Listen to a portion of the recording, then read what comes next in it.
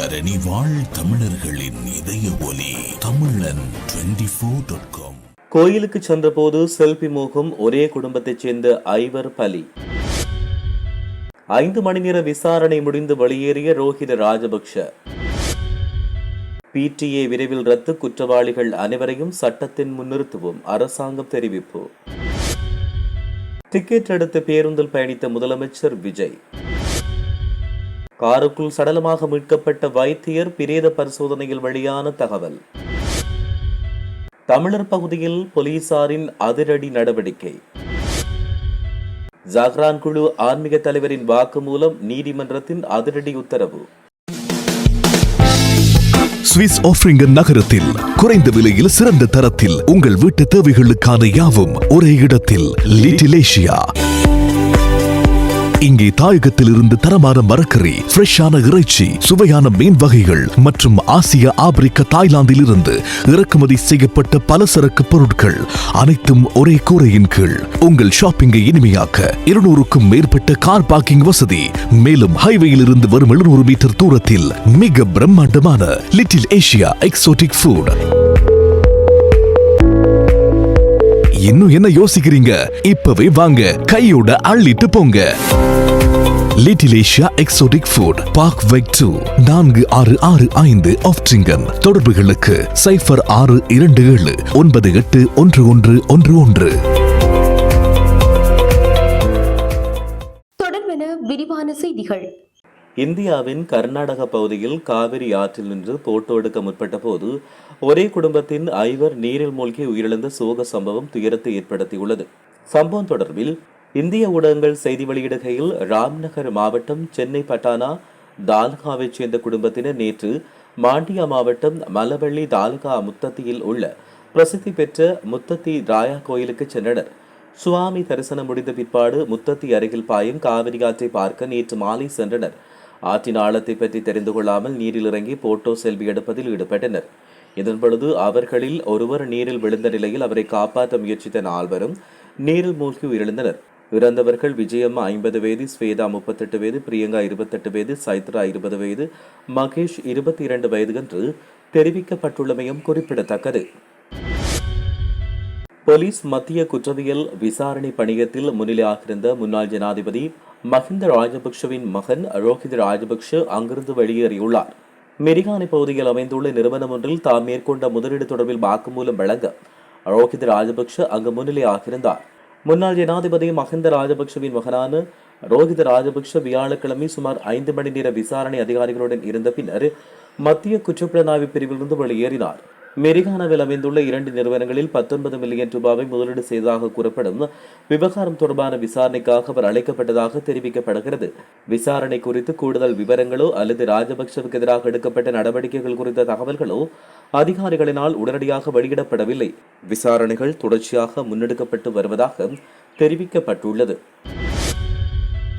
இலங்கையில் பயங்கரவாத தடை சட்டம் இந்த ஆண்டுக்குள், அதாவது இன்னும் சில மாதங்களுக்குள் ரத்து செய்யப்படும் என்று ஜனாதிபதி அனுரகுமார திசாநாயக்க பாராளுமன்றத்தில் வைத்து அறிவித்துள்ளார். பாராளுமன்றத்தில் உரையாற்றிய ஜனாதிபதி, மக்களின் ஜனநாயக உரிமைகளை பாதுகாக்கும் வகையிலும் அடிப்படை சுதந்திரத்தை உறுதிப்படுத்தும் நோக்கிலும் இந்த சட்டத்தில் திருத்தங்களை மேற்கொண்டு வர தீர்மானித்துள்ளதாக தெரிவித்தார். நீண்டகால விமர்சனங்களுக்கு உள்ளாகி வரும் இந்த சட்டத்தை நீக்கி ஜனநாயக விழுமியங்களுக்கு மதிப்பளிக்கும் புதிய சட்ட கட்டமைப்பை உருவாக்குவதே தமது அரசாங்கத்தின் இலக்கு எனவும் அவர் குறிப்பிட்டுள்ளார்.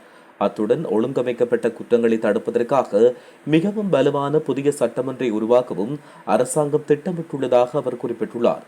உயர் நீதிமன்றங்களுக்கான நீதிபதிகளை நியமிக்கும் போது நீதிமன்றங்களின் கட்டமைப்பு சிதையாத வகையில் அதை முன்னெடுக்க வேண்டும். உயர் நீதிமன்றங்களில் நிலவும் வெற்றிடங்களை மிக குறுகிய காலத்துக்குள் நிரப்ப முடியும். அதேபோல் குற்றவாளிகள் அனைவரையும் உரிய முறையில் சட்டத்தின் முன் நிறுத்துவோம். காலத்தின் மணல் மேடுகளால் எதையும் மூடி மறைக்க நான் ஒருபோதும் அனுமதிக்க மாட்டேன் என ஜனாதிபதி இதன்போது மேலும் தெரிவித்தார்.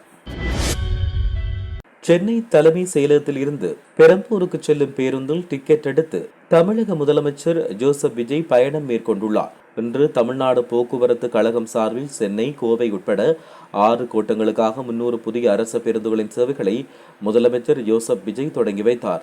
அத்துடன் பெரம்பூர் செல்லும் 29A பேருந்திலேறி ஓட்டுநர் நடத்துனருக்கு தன்னுடைய வாழ்த்துக்களை அவர் தெரிவித்துக் கொண்டார். ஓட்டுநர் அருகே முன்புற இருக்கைக்கு சென்ற முதல்வர் விஜய் தனது தொலைபேசியில் சாலையில் நிற்கும் மக்களையும் பேருந்தையும் அவரை காணொலி எடுத்ததோடு சென்னை தலைமைச் செயலகத்திலிருந்து கலங்கரை விளக்கம் வரை 29A பேருந்தில் பயணித்த முதலமைச்சர் விஜய் அதே பேருந்தில் தலைமைச் செயலகம் திரும்பியதாக இந்திய ஊடகங்கள் செய்தி வெளியிட்டுள்ளமையும் குறிப்பிடத்தக்கது. தெல்தனிய பகுதியில் கார் ஒன்றுக்குள் சந்தேகத்துக்கிடமான முறையில் உயிரிழந்த நிலையில் மீட்கப்பட்ட அம்பாரி வைத்தியசாலையின் வைத்திய பெண்ணின் உடலியல் மருத்துவர் ஷியாமா தர்ஷனியின் மரணம் கழுத்து நெரிக்கப்பட்டு செய்யப்பட்ட மனித கொலை என பிரேத பரிசோதனை அறிக்கை உறுதி செய்யப்பட்டுள்ளது.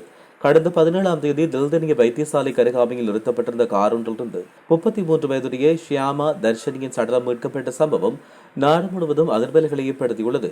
இந்த மரணம் தொடர்பில் போலீசார் மேற்கொண்ட விரிவான விசாரணையின் அடிப்படையில் கொலையுடன் தொடர்புடைய பிரதான சந்தேக நபர், அவரின் மனைவி மற்றும் சிறுவர் ஒருவரை வலான மத்திய ஊழல் ஒழிப்பு பிரிவு அதிகாரிகள் அதிகாலை கைது செய்தனர்.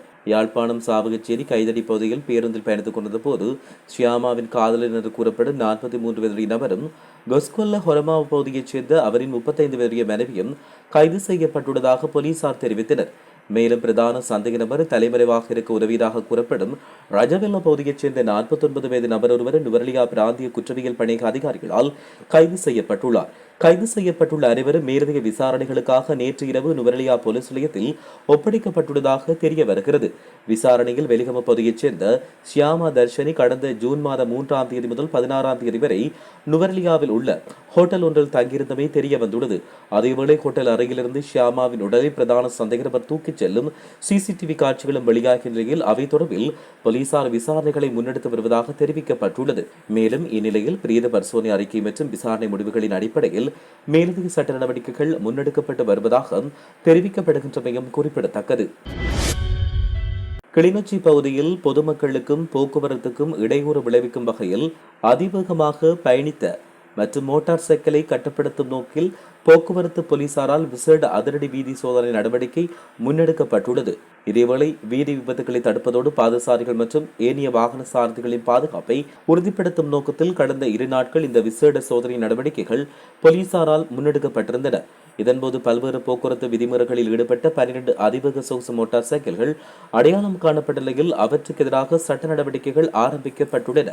சோதனையில் வாகன இலக்க தகடுகளின்றி இயக்கப்பட்ட மோட்டார் சைக்கிள்கள், சட்டப்பூர்வ ஆவணங்கள் இல்லாமல் பயன்படுத்தப்பட்ட வாகனங்கள் மற்றும் செல்லுபடியாகும் சாரதி அனுமதி பத்திரமின்றி ஓட்டப்பட்ட மோட்டார் சைக்கிள்கள் கண்டறியப்பட்டதாக தெரிய வருகிறது. பொதுமக்களின் பாதுகாப்புக்கு அச்சுறுத்தலாக விளங்கும் வகையில் போக்குவரத்து விதிகளை மீறும் வாகன சாரதிகளுக்கு எதிராக எதிர்காலத்தில் இதுபோன்ற கடுமையான சட்ட நடவடிக்கை தொடரும் என கிளிநொச்சி போக்குவரத்து போலீசார் எச்சரிக்கை விடுத்துள்ளனர். ஈஸ்டர் ஞாயிறு பயங்கரவாத தாக்குதல் தொடர்பான வழக்கில் கொழும்பு நிரந்தர மேல் நீதிமன்றம் முக்கிய தீர்ப்பொன்றினை வழங்கியுள்ளது. இந்த வழக்கின் முதல் குற்றவாளியான சஹ்ரானுடன் தொடர்புடைய குழுவின் ஆன்மீக தலைவராக அடையாளம் காணப்பட்ட நவ்பர் மௌலவி குற்றப்புலனாய்வு திணைக்களத்திடம் அளித்த வாக்குமூலம் அவருடைய சுயவிருப்பின் பேரில் தாமாக முன்வந்து வழங்கப்பட்டது என்று நீதிமன்றம் தீர்ப்பளித்துள்ளது. இந்த தீர்ப்பினை விசாரணை தலைமை நீதிபதி நவரத்ன மார்சிங்க, மேல் நீதிமன்ற நீதிபதிகள் ராமநாதன் கண்ணன் மற்றும் சுஜீவ நிசங்க ஆகியோரின் ஒருமித்த உடன்பாட்டுடன் வழங்கியுள்ளார். நவ்பர் மௌலவி 2019 நவம்பர் 11ஆம் தேதி குற்றப்புலனாய்வு திணைக்களத்தின் தலைமையகத்தில் உதவி காவல்துறை கண்காணிப்பாளர் விஜித பெரேரா முன்னிலையில் இந்த வாக்குமூலத்தை வழங்கினார். அந்த வாக்குமூலத்தில் சித்திரவதையின்றி தானாக முன்வந்து அளிக்கப்பட்டதாக தீர்மானிப்பதற்கு நீதிமன்றம் விசாரணை நடத்தியது. அதன் பின்னர் வாதங்களையும் ஆதாரங்களையும் ஆராய்ந்த நீதிபதிகள் அமர்வு இந்த முடிவை அறிவித்துள்ளதாக தெரிய வருகிறது. யாழ்ப்பாணத்தில் இளம் தவில் கலைஞர் ஒருவர் நேற்றிரவு தவறான முடிவெடுத்து உயிரிழந்துள்ளார். ராசபாதை வீதி கோப்பாய் வடக்கைச் சேர்ந்த 17 வயதுடைய பிரசாந்த் சச்சின் என்பவரை உயிரிழந்தார். குறித்த கலைஞர் நேற்றைய தினம் புங்குடுதீவு பகுதியில் உள்ள ஆலயம் ஒன்றுக்கு தவில் கச்சேரிக்கு சென்று வந்துள்ளார். அதன்பின் அச்சுவேலி பகுதியில் உள்ள ஆலயம் ஒன்றில் தவில் கச்சேரி இருந்த நிலையில் அவர் செல்லவில்லை. அதன்பின் நேற்றிரவு தவறான முடிவெடுத்து உயிரிழந்துள்ளார். அவரது சடலம் மீதான மரண விசாரணைகளை திடீர் மரண விசாரணை அதிகாரி நமச்சிவாயம் பிரேம்குமார் மேற்கொண்டுள்ளார். குறித்த கலைஞர் 8 வயதில் தவில் வாசிக்க ஆரம்பித்த நிலையில் தற்போது 17 வயதாகும் நிலையில் தனது கலைமை திறமையால் பலரின் நெஞ்சங்களில் இடம் பிடித்துள்ளதாகவும் தெரிவிக்கப்படுகிறது.